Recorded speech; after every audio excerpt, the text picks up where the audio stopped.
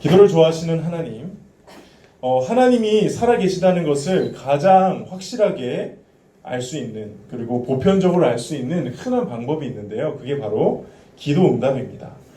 기도가 응답될 때 하나님이 정말 계시구나, 하나님이 내 기도 들으시구나 라는 것을 이렇게 생각하게 되죠. 여러분들은 기도해 보셨나요? 네, 이걸 묻는 제가 바보죠. 기도 안 해본 사람이 어디 있겠습니까? 하나님을 안 믿는 사람도 위기의 상황이 되면은 기도를 합니다. 제가 군대에 있을 때 연예인인 선임이 한 명 있었는데요. 그 선임이 되게 중요한 일을 앞두고, 평소에는 예수 안 믿는 분이었는데, 예수 안 믿는 분이 갑자기 중요한 일 앞두고 나한테 기도해달라고, 이름이 사무엘이니까 기도해달라고 온 거예요. 그때 나 아직도 기억나. 성경책을 들고 와서 자기 성경책을 자기 이마에 얹더니 내 손을 그 성경책 위에 얹고 기도해달래요. 그래서 제가 기도해줬죠. 잘 되는지 안 되는지 모르겠어요. 그러니까 기도가 필요 없다, 하나님을 안 믿는 사람도 위기의 상황이 발생하면은 기도를 하게 되더라고요. 솔직히 여러분들 지금은 기도 잘 안 하시죠?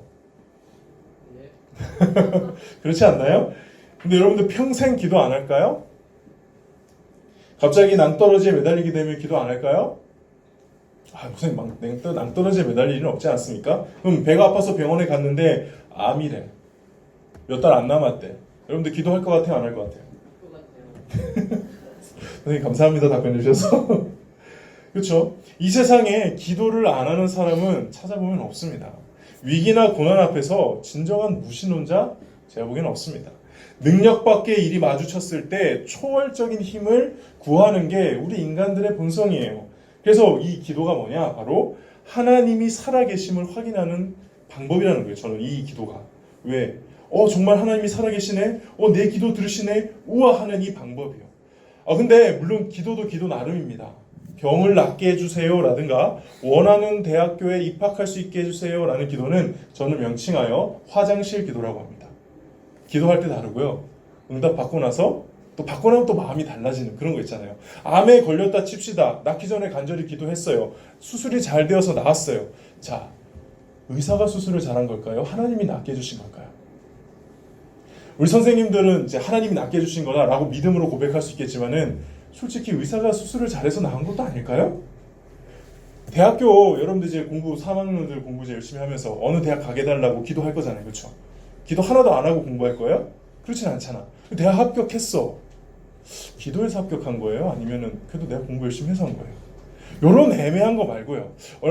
지난주 월요일 날 오스카가 아니라 아카데미 시상식 있었죠? 저 라이언이 밥 먹이면서 이유식 먹이면서 제가 그걸 라이브로 봤다는 거 아니겠습니까? 여러분들 보셨어요? 전 라이브로 봤어요. 대박이었어요.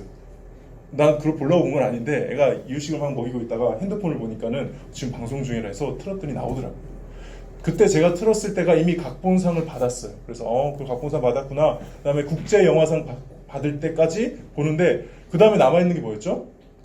감독상하고 작품상이 남았잖아요. 설마 그거 받을까 안 받을까가 초미의 관심사였는데 제가 그때 뭐 했을 것 같아요? 기도했죠. 목사잖아. 하나님, 저 대한민국의 봉준호 감독에게 저 상을 허락하여 주시옵소서. 목사인데 당연히 그런 거 기도하죠. 나 운동 경기 볼 때도 그냥 안 봐. 손흥민 골 넣게 해달라고 기도하면서 봐. 이상한가? 자, 근데 상을 딱 받았어요. 자, 그 상 받은 거 내 기도 때문이야? 이렇게 해버리면 어떻게 해요, 그래도. 근데 그렇죠. 사실 제가 기도를 했기 때문에 됐다기보다는 봉준호 감독이 받을만 했을까 받은 거죠. 저는 제가 그 기도를 한 게 의미가 없다고 생각하진 않아요. 내가 기도했기 때문에 받았다라고 생각하진 않아요. 저는 그 기도가 의미가 있다고 생각해요. 근데 그와 상관없이 이게 지금 봉준호 상이 받은 게 내 기도 때문이야? 봉준호 때문이야? 봉준호 때문 같잖아. 그런 류의 기도 제목이 있다는 거예요. 여러분들 살면서 기도할 때는. 근데 그거 말고, 제가 말하는 건 그거 말고 정말 이 기도 응답은 하나님이 하셨다라고 밖에는 해석이 안 되는 응답이 있다니까요. 그런 응답들을 경험하고 사는 게 신앙생활이라는 거예요. 예를 들면 이런 겁니다. 예전에 19세기에 영국에, 여러분 나중에 찾아보세요. 조지 물러라는 아주 유명한 목사님이 있었어요. 이분은 사역이 뭐냐면 고아원 사역하시는 분이었어요. 고아원 사역하면 얼마나 돈이 많이 들어요. 애들 밥 먹여야 되니까. 후원을 받아서 하는데 어느 날 돈이 다 떨어졌네? 밥 먹일 음식이 하나도 안 남았네? 어떻게 되겠어요? 기도밖에 할 게 없잖아요. 이 목사님이 가서 기도했어요. 그리고 기도하는 가운데 확신을 갖고 자, 우리 모두 모여서 밥 먹을 준비합시다. 그러면서 테이블에 접시를 놓고 그다음에 포크를 놓고 있었어요. 마지막 학생의 접시와 포크를 놓는 순간 갑자기 식당 문이 확 열리면서 빵 박스들이 막 들어오는 거예요. 알고 봤더니 그 주변에 지나가고 있던 마차 빵 박스를 갖고 가다가 갑자기 사고가 나서 빵을 다 버리게 생겼는데 때마침 거기 옆에 고아원이 있어서 기증하러 왔다는 거예요. 아, 목사님, 그런 우연한 일은 세상에 이런 일이 한 번씩 나오지 않습니까? 맞아요. 한두 번씩 나오면 그냥 우연으로 넘어가죠. 근데 이게 계속 반복되면 어떻게 될까요? 그 사람은 어떻게 느낄까요? 조지물로는 하나님이 살아계시다고밖에 할 수 없는 거죠. 그 조지물로가 그런 기도 응답을 몇 번 받은 줄 아세요? 5만 번 받았대요. 5만 번. 다 세어보니까. 정말 5만 번인지 모르겠는데 그렇게 많이 하나님이 나의 기도에 이건 하나님밖에 하실 게 아니다 라고 하는 응답을 해주셨다. 그걸 경험하게 되면 그 사람은 아, 이거 정말 하나님이 살아 계시구나 라는 것을 확인한다는 것이죠. 여러분들 그래서 하나님 만나고 싶습니까? 아멘 한번 해주실래요? 하나님 만나고 싶습니까? 네. 기도부터 하시고요. 기도부터. 그럼 어떻게 해야 되느냐? 바로 오늘 본문이 하나님을 만나기 위해서 우리가 어떻게 기도해야 될까에 대해 아주 중요한 설명이 나온 예수님이 가르쳐주신 기도의 내용입니다. 우리 5절 한번 읽어보도록 하겠습니다. 5절 다 함께 읽겠습니다. 시작. 이르노니 그들은 이미 상을 아닌데? 제가 5절이 저건가요? 6절이 너희는 기도할 때에 외식하는 자와 같이 아닌가? 내가 지금 잘못 그거 했었나? 5절이 뭐예요? 그쵸? 또 너희는죠? 시작. 또 너희는 기도할 때에 외식하는 자와 같이 하지 말라. 그들은 사람에게 보이려고 회당과 큰 거리 어귀에 서서 기도하기를 좋아하느니라. 내가 진실로 너희에게 이르노니 그들은 자기 상을 이미 한마디로 어떻게 기도하지 말라고 하시는 거예요? 사람들에게 보이려고 기도하지 말라는 거예요. 아니 목사님, 기도를 사람들에게 보이려고 하는 사람이 있습니까? 그럼요, 있습니다. 어떤 사람들일까요? 자신의 신앙을 과시하는 사람들이죠. 이 시대 바리새인들이 그랬습니다. 종교인들이 그랬습니다. 이 사람들은 정해진 시간 되면은 하늘을 바라보고 눈을 딱 감고 기도를 했어요. 그 모습을 보고 와, 저 사람 진짜 신앙이 좋은갑다 라고 말하고 할 때 그거 듣고 싶은 거죠. 나중에 들으면 되게 기분이 좋거든요. 근데 예수님이 그거 하지 말라는 거예요. 또 이걸 오해하시면 안 되겠죠? 그러면 교회 가서 사람들 보이는 데서 이렇게 예배 드리는 데서는 절대 기도하면 안 되겠구나. 아유, 새벽 기도도 안 가고 금요일에 집회도 안 가야겠다. 이러면 이제 너무 1차원적인 적용인 거고, 핵심은 뭐다? 사람들에게 보이려고 기도하는 거예요. 사람들에게 보이려고. 기도의 목적이 사람들의 칭찬입니다. 기도의 목적이 자신의 신앙의 수준을 사람들에게 드러내는 겁니다. 기도할 때 하나님을 바라봐야 되는데 사람들을 바라보는 겁니다. 그 사람들의 시선을 신경 쓰는 겁니다. 이거는 여러분들이 옆 사람 눈치 보느라 기도 안 하는 것도 같은 거예요. 그것도 다른 사람 의식하는 거잖아요. 다른 사람 의식해서 기도를 열심히 하는 척하는 거나 다른 사람 의식해서 기도를 부끄러워하고 하지 않는 거나 다 사람들에게 보이기 위해 하는 행동이라는 거죠. 그렇게 기도하지 말라는 겁니다. 제가 딱 이 기도의 함정에 한번 빠졌던 적이 있었던 사람이에요. 제가 교회를 여러 번 만날 때 옮겨 다녔었는데 어떤 교회를 가니까는 기도를 굉장히 경건하게 하는 곳이에요. 거기에 맞춰서는 또 경건하게 했죠. 또 어떤 데 가니까는 기도가 완전 광신도 집단 같아. 으아 하는 데인 거예요. 그럼 혼자 안 하고 있으면 뻘쭘하잖아? 나도 그거 따라했지. 그래서 제가 그때 한때 진짜 기도를 한 번도 안 절고 쭉 한 30분 했던 사람입니다. 기도를 얼마나 열심히 잘했냐면은 그 기도하는 모습 때문에 어떤 자매가 마음에 든다고 해서 사귀기까지 했어요. 그때는 왜냐면 그 동네에서는 저게 신앙이 좋은 모습인갑다 라고 하니까. 그때 제 했던 기도가 나중에 하나님이 지적하시는데 그거 나한테 기도한 거 아니잖아. 옆 사람한테 보이려고 한 거잖아. 네, 맞아요. 하나님 그랬던 것 같아요. 저 이 말씀 볼 때마다 항상 그 생각이 나요. 이게 왜 문제인 줄 아세요? 여러분도 입장 바꿔 생각해보면 그렇습니다. 여러분도 옆에 친구가 여러분과 대화를 나누는데 그 대화의 목적이 내가 아니야. 나와 대화하는 모습을 다른 사람에게 보여주려고 가식적으로 해. 여러분들 그 사람과 친구하고 싶어요? 아니잖아요. 제가 이것도 그런 적이 있었는데 어떤 목사님이 같이 사역하는 어떤 목사님이 우리 교회 아닙니다. 저 안에 있던 교회입니다. 어떤 목사님이 되게 자기 능력을 좀 과시하는 목사님이었어요. 그래서 막 자기 밑에 있는 전도사들 막 혼내는데 혼낼 때 데리고 와서 몰래 그냥 혼내면 되잖아요. 그렇죠? 안 보이는 데서. 근데 꼭 내 책상 앞에서 혼내요. 다 보라고. 그리고 나 보라고.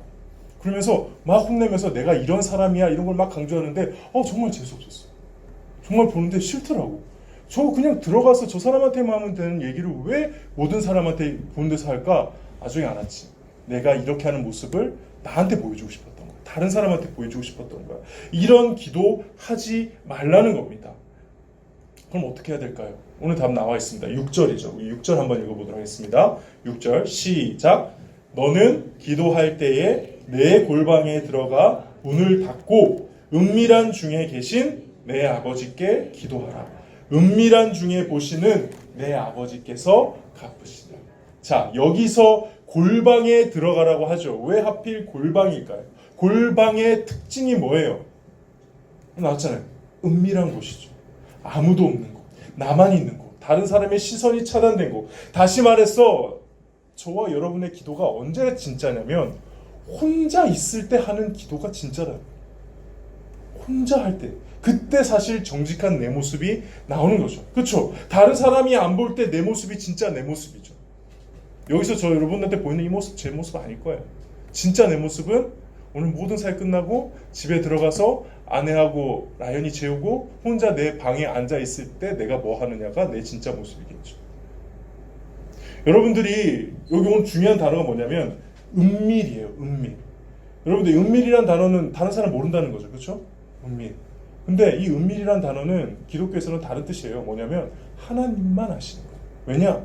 하나님에게 은밀한 게 있을까요? 없을까요? 없어요. 여러분들이 은밀하게 짓는 죄 하나님한테 하나도 안 은밀해요.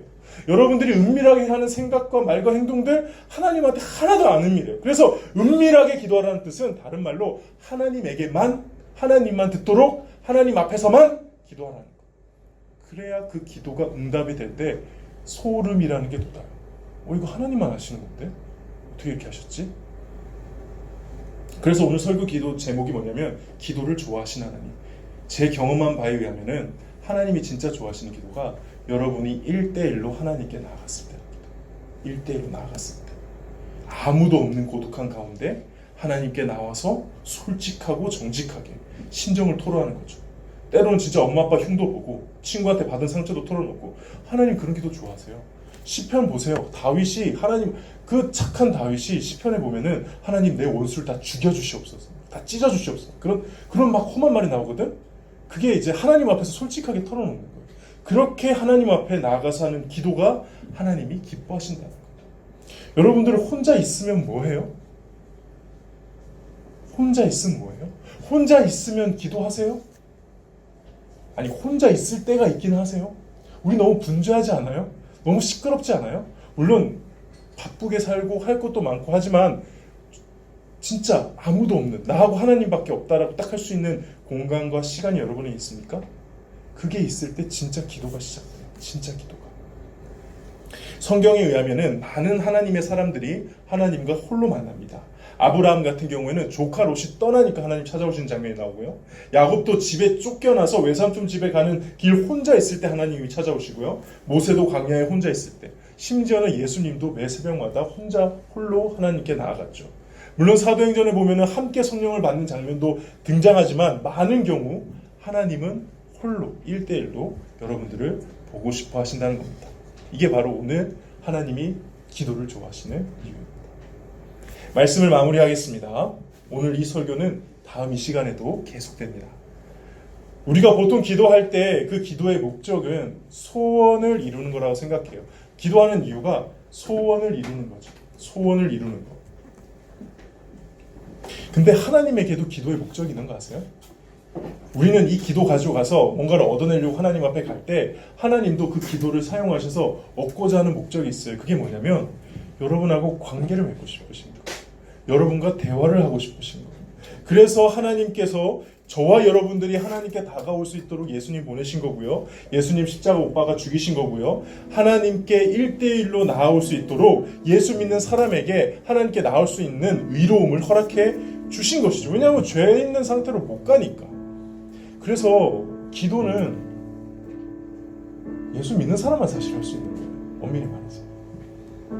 그래서 오늘 사실 심플한 메시지입니다. 예수님 믿고 이제 하나님 만나가는 삶은 여러분들이 정직하게 홀로 은밀하게 하나님만 아시는 기도를 쌓아가셔야 돼요. 그 기도에 대한 응답들이 쌓이고 쌓이면 여러분들과 하나님과의 관계 속에 나오는 그 모든 풍성한 은혜가 절대 그 누구도 흔들지 못해요. 하나님에 대한 신앙으로 확인된다는 것이죠.